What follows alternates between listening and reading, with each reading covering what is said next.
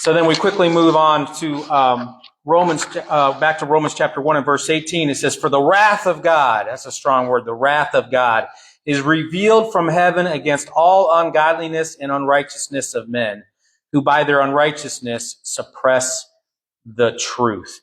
So I believe that people know they're sinners at some point.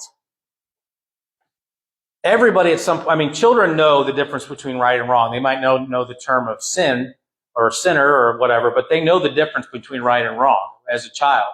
A lot of times they're incredibly selfish, but they learn pretty quickly, unless they're dropping something and they just think it's funny, But children, even in instinct to our human nature, is this understanding. It comes from God, it comes from heaven, that there is a difference between good and evil, between right and wrong, and it's just part of how we're wired as human beings.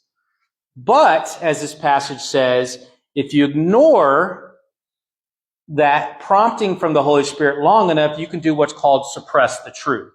So we live in a society where we suppress the truth. Absolutely. So these people who, it's funny, you see that guy who was like, "Oh, that's a tough question." What is sin? He's rubbing his head. "Oh, it's a tough question." You see him? You see, that's like a guilt. Like he knows the answer, but right in that moment, he's trying to convince himself and the guy who's asking the question of something he knows that's not true. He's literally visibly expressing that and showing that suppressing of the truth with this, how his body's physically reacting. And he's like,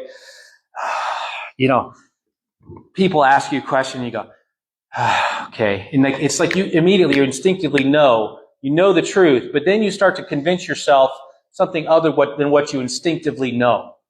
And that instinct that's in us, that comes from God. It's revealed from heaven. And it talks about all ungodliness and unrighteousness of men, but also, well, let's just stay with that. We'll talk about the other part here in a minute. But God has revealed from heaven. He exists, and He's built into us this right and wrong, and even the Holy Spirit is there to help people be convicted and know that their conviction about good and evil is coming from God and coming from the Holy Spirit. Even if they don't have the Holy Spirit in them because they're not saved, the Holy Spirit is at work within the world, convicting the world, so that they realize there's something broken, so that they can eventually turn themselves to Jesus and save themselves from the consequence of that sin.